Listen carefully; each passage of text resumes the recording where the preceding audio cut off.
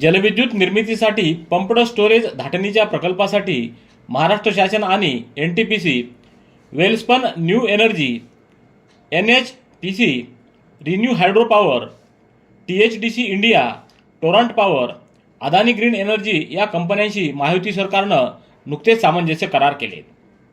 यामुळं 62,550 इतकी रोजगार निर्मिती होणार आहे। उपमुख्यमंत्री देवेंद्र फडणवीस यांच्या पुढाकाराने हे विक्रमी करार करण्यात आले असून त्यातून 35,240 मेगावॅट वीज निर्मिती होणार आहे।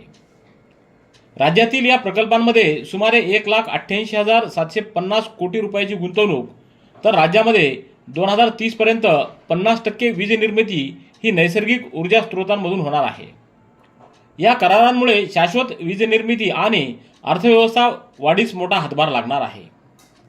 राज्याची एकूण वीज निर्मिती स्थापित क्षमता 46,000 मेगावॅट असून 40,870 मेगावॅटचे पंप्ड स्टोरेज क्षेत्रात वीज निर्मिती करार झाल्यानं हरित ऊर्जा क्षेत्रामध्ये राज्याचे हे मोठे पाऊल आहे। राज्यात सौर ऊर्जा निर्मिती देखील लक्षणीय वाढ करण्यात आलेली आहे।